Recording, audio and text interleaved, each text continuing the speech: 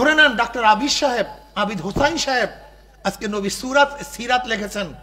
এই সিরাতের মধ্যে নবীর যুদ্ধের হাজার ঘটনা নিয়ে আসছেন, কিন্তু তার কাছে প্রশ্ন করেন আপনার মনের মধ্যে যখন লিখেছেন একদিন যুদ্ধ করতে মনে চাইছে কিনা?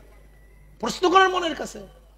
আমি লিখেছি যুদ্ধের ইতিহাস, কিন্তু আমি কি একদিন যুদ্ধ করার স্পৃহা আমার মধ্যে আসছে কিনা? আমাদের সমস্যা এখানে।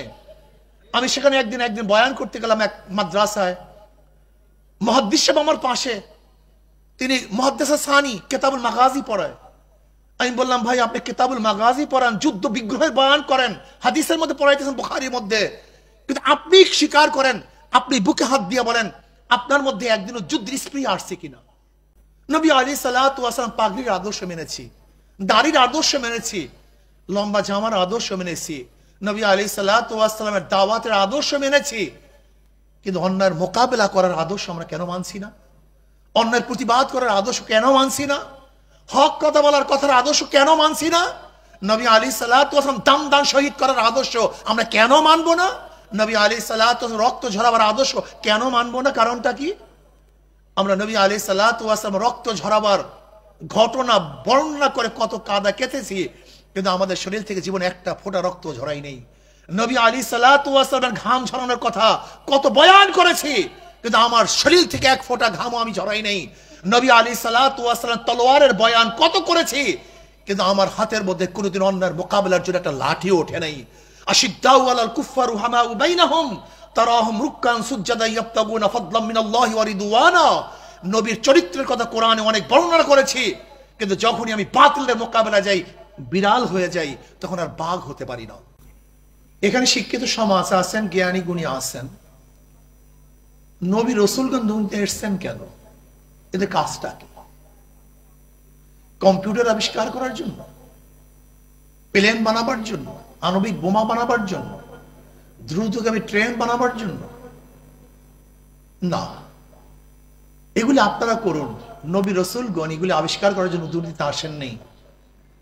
নবী রাসূলগণ দুনিয়াতে আসছেন কেন? মানুষ রূপী অমানুষদেরকে মানুষ বানাবার জন্য। মানুষ রূপী অমানুষদেরকে মানুষ বানাবার জন্য। মানুষ রূপী হলে মানুষ হয় না। ফিরআউনের চেহারা মানুষের মতোই ছিল, কিন্তু মানুষ না। নমরুদের চেহারা ভিন্ন কোনো ডিজাইনের ছিল না, কিন্তু মানুষ ছিল না। কারুন, সাদ্দাদ, হামানের চেহারা তো আমাদের মতোই ছিল। আবু জাহালের চেহারা তো আমাদের মতোই মানুষ ছিল। আবুল আহাবের চেহারা তো অনেক উজ্জ্বল ছিল। আবুল আহাব মানে অগ্নিস্ফুলিঙ্গের বাপ, অনেক সৌন্দর্য তো তার মধ্যে ছিল। আবু জাহাল তো আবুল হাকাম ছিল, বহুত বড় জ্ঞানী ছিল, মানুষ রূপী ছিল, কোনো মানুষ ছিল না। ওমর ইবনে খাত্তাব রাদিয়াল্লাহু আনহু ইসলাম গ্রহণ করার আগে মানুষ রূপী ছিলেন, কিন্তু মানুষ ছিলেন না। দাহিয়াতুল কলবি রাদিয়াল্লাহু তাআলা ঈমান আনার আগে মানুষ রূপী ছিলেন, কিন্তু তার মধ্যে মানবতা ছিল না। নবী রাসূলগণ দুনিয়াতে আসছেন এই মানুষ রূপী অমানুষদেরকে মানুষ বানাবার জন্য। ওমর ইবনে খাত্তাব রাদিয়াল্লাহু তাআলা ইসলাম গ্রহণ করার আগে নাঙ্গা তলোয়ার নিয়ে নবী আলাইহিস সালাতু ওয়াস সালামকে হত্যা করার জন্য রওনা করেছেন। অথচ ঈমান আনার পরে সেই ওমর ইবনে খাত্তাবের অবস্থাটা কি হয়েছে? ওমর ইবনে খাত্তাবের কথা এখন বাতাস শুনে। ওমর ইবনে খাত্তাবের কথা পানি মানে। মিশরে যখন নীল নদীর মধ্যে পানি আসছিল না, ওমর ইবনে খাত্তাব রাদিয়াল্লাহু তাআলা চিঠি লিখেছিলেন নীল নদের কাছে, হে নীল নদ, যদি আল্লাহর হুকুমে জারি হয়, আমার চিঠি পাইতে দেরি, তুমি জারি হইতে দেরি করবা না, চিঠি পড়তে দেরি। কিন্তু সেই নীল নদের মধ্যে জোয়ার সৃষ্টি হইতে দেরি হয়নি। ওমর কি ছিল? মানুষ রূপী ছিল, কিন্তু মানুষ ছিল না। কিন্তু ঈমান আনার পরে এখন ওমরের কথা পানিতে শুনে ওমর ইবনে খাত্তাব রাদিয়াল্লাহু তাআলা বক্তৃতা করেছিলেন মদিনায়। ইয়া সারিয়াতুল জাবাল, বাতাস এই আওয়াজ পৌঁছে হাজার হাজার মাইল দূরে। এখন ওমরের কথা বাতাস শুনে মদিনার মধ্যে ভূমিকম্প সৃষ্টি হয়েছিল। ওমর লাঠি দিয়ে বলছেন থাম, মাটির মধ্যে ভূমিকম্প থেমে গিয়েছিল। ওমরের মধ্যে এমন কি পরিবর্তন এসছে যে ওমর ছিল নবী আলাইহিস সালাতু ওয়াস সালামের কাতেলের মধ্যে একজন, যে তাকে কতল করবে। অথচ সেই ওমরের অবস্থা এরকম কেন হলো যে ওমরের ব্যাপারে আল্লাহ পাক রব্বুল আলামিন তার অনুকূলে বহুত কোরআন নাজিল করেছেন, বহুত আয়াত নাজিল করেছেন। ওমরের ব্যাপারে নবী আলাইহিস সালাতু ওয়াস সালাম বলেছেন, আমার পরে কেউ নবী হলে ওমর নবী হইতো। দুনিয়াতে বসে যিনি বারবার জান্নাতের সুসংবাদ পেয়েছিলেন। বেলালে হাবশির মতো গোলাম নিজেও গোলাম, বাবাও গোলাম, দাদাও গোলাম, কালো কুচ্ছিত, 1 টাকার মালিক ছিল না, শিক্ষা থেকে অর্জন করার তিনি সুযোগই পান নাই, যার কোনো সম্মান ইজ্জাত ছিল না। কিন্তু ইসলাম ঈমান আনার পরে, নবীর সোহবাতে আসার পরে বেলালে হাফসি হাঁটে জমিনের মধ্যে, পায়ের আওয়াজ আরশের মধ্যে। বেলালে হাফসি আজান দেয় জমিনের মধ্যে, 7 আসমান ভেদ করে আজানের শব্দ চলে যায় আরশের মধ্যে। বেলালে হাফসির মধ্যে পরিবর্তন কিভাবে আসছে? এমনকি ওমরুল খাত্তাব, যিনি অর্ধজাহানের বাদশা, ওই গোলামকে সম্বোধন করার সময় বলতেন সাইয়্যিদুনা বেলাল, আমাদের সর্দার, আমাদের লিডার, আমাদের নেতা বেলাল। বেলালের মধ্যে এমন কি পরিবর্তন এসছে যে দাহিয়াতুল কলবি নিজের হাতে ঔরাসজাত 70 জন কন্যা সন্তানকে হত্যা করেছিল। সেই দাহিয়াতুল কলবি রাদিয়াল্লাহু ঈমান আনার পরে জিবরিল আলাইহিস সালাতু ওয়াস সালাম অধিকাংশ সময় সেই দাহিয়াতুল কলবির সূরাতই দুনিয়াতে এসেছেন। আমি কি বলতে চাই, নবী রাসূলগণ এই বিল্ডিং এর ডিজাইন করার জন্য আসেননি। তারা মার্সিডিজ, ল্যাম্বোর্গিনি, দামি দামি গাড়ি বানাবার জন্য দুনিয়াতে আসেন নাই। বুরুজ আল খলিফার মতো বড় বিল্ডিং বানাবার জন্য, ডিজাইন করার জন্য আসেন নাই। নবী রাসূল দুনিয়াতে আসতেন এই মানুষ রূপে অমানুষদেরকে মানুষ বানাবার জন্য। আজকে আমাদের বাংলাদেশের সমস্যা কোথায়? ইঞ্জিনিয়ারের অভাব নাই, ডাক্তারের অভাব নেই। ডাক্তাররা কিছু মনে করিয়েন না, ডাক্তারের তো অভাব নেই, কিন্তু মানুষ রূপী ডাক্তার খুবই কম। মানুষ রূপী ডাক্তার আছে, মনুষ্য ডাক্তার খুবই কম। বিশ্বাস হয় না আজকে ডাক্তারদের চরিত্র। কারণটা কোথায়? মানুষ রূপী, কিন্তু আমরা মানুষ না। আজকে বাংলাদেশে 28 লক্ষ কোটি টাকা পাচার কারা করেছে?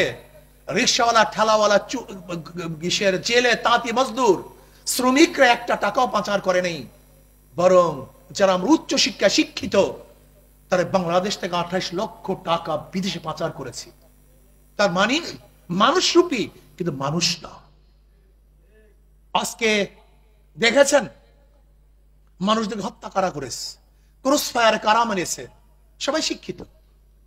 তার মানিটা হলো এই, শিক্ষা হলেই মানুষ হয় না, বরং নবী আলাইহিস সালাতু আদর্শ যতক্ষণ পর্যন্ত না মানবো ততক্ষণ পর্যন্ত মানুষ রূপী থাকবো, কিন্তু মানুষ হব না। এর জন্য আসুন না, নবী মোর পরশমণি, যার পরশে এসে, সোহবাতে এসে এই মানুষ রূপী মানুষগুলি মানুষ হয়ে গেছে। আজকেও যদি নবী আলাইহিস সালাতু ওয়াস সালামের আদর্শ আমরা গ্রহণ করতে পারি, তা আমরা ইনশাআল্লাহ মানুষ রূপী মানুষগুলি অরিজিনাল মানুষ হয়ে যাব। আর ছোট্ট একটা কথা বলি, কথা শেষ করবো। আমাদের বহুত বড় সমস্যা হলেই নবী আলাইহিস সালাতু ওয়াস সালামের আদর্শ আমরা মানি, কিন্তু সকল আদর্শ মানতে চাই না। এটা মানা হলো না, এটা মানা হয় না।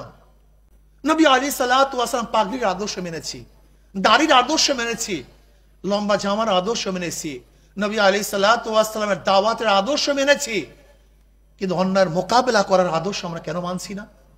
অন্যায়ের প্রতিবাদ করার আদর্শ কেন মানছি না? হক কথা বলার কথার আদর্শ কেন মানছি না? নবী আলাইহিস সালাতু ওয়াস সালাম দাম দান শহীদ করার আদর্শ আমরা কেন মানবো না? নবী আলাইহিস সালাতু ওয়াস সালাম রক্ত ঝরাবার আদর্শ কেন মানবো না? কারণটা কি?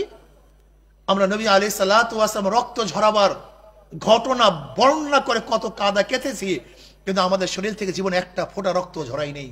নবী আলাইহিস সালাতু ওয়াস সালামের ঘাম ঝরানোর কথা কত বয়ান করেছি, কিন্তু আমার শরীর থেকে এক ফোঁটা ঘামও আমি ঝরাই নেই। নবী আলাইহিস সালাতু ওয়াস সালাম তলোয়ারের বয়ান কত করেছি, কিন্তু আমার হাতের মধ্যে কোনোদিন অন্যায়ের মোকাবেলার জন্য একটা লাঠিও ওঠে নাই। আশিদ্দাউ আলাল কুফফারু হামাউ বাইনাহুম তারাহুম রুক্কান সুজদান ইয়াবতাগুনা ফাদলাম মিনাল্লাহি ওয়া রিদওয়ানা। নবীর চরিত্রের কথা কোরআনে অনেক বর্ণনা করেছি, কিন্তু যখনই আমি বাতিলের মোকাবেলা যাই, বিড়াল হয়ে যাই, তখন আর বাঘ হতে পারি না। আজীব এক মানুষ। আমরা স্টেজে বয়ান করি নবীর আদর্শ নিয়ে, কিন্তু আমার মধ্যে নবীর আদর্শ বলতে কিছুই থাকে না। এটা দিন না। আমি মনে করি মা আতাকুমুর রাসূলু ফাখুযুহু ওয়া মা নাহাকুম আনহু ফান্তাহু। নবী আলাইহিস সালাতু 23 বছরের জিন্দেগি নিয়ে আমাদের চিন্তা করতে হবে, সে আমল করতে হবে। এইমাত্র যে বলেছেন এক বক্তা যে কোরআনের মধ্যে যাহা কিছু আদেশ ছিল নবী পালন করেছেন, যাহা কিছু নিষেধ ছিল সব বর্জন করছেন। এইটাই নবীর আখলাক, এইটাই নবীর চরিত্র। আল্লাহ নবী আলাইহিস সালাতু ওয়াস সালামের গোটা চরিত্রের আমল করার তৌফিক দান করেন। ধরে নেন ডাক্তার আবিদ হোসাইন সাহেব আজকে নবীর সিরাত লিখেছেন। এই সিরাতের মধ্যে নবীর যুদ্ধের হাজার ঘটনা নিয়ে আসছেন। কিন্তু তার কাছে প্রশ্ন করেন, আপনার মনের মধ্যে যখন লিখেছেন একজন যুদ্ধ করতে মনে চাইছে কিনা, প্রশ্ন করেন মনের কাছে। আমি লিখেছি যুদ্ধের ইতিহাস, কিন্তু আমি কি একদিন যুদ্ধ করার স্পৃহা আমার মধ্যে আসছে কিনা? আমাদের সমস্যা এখানে।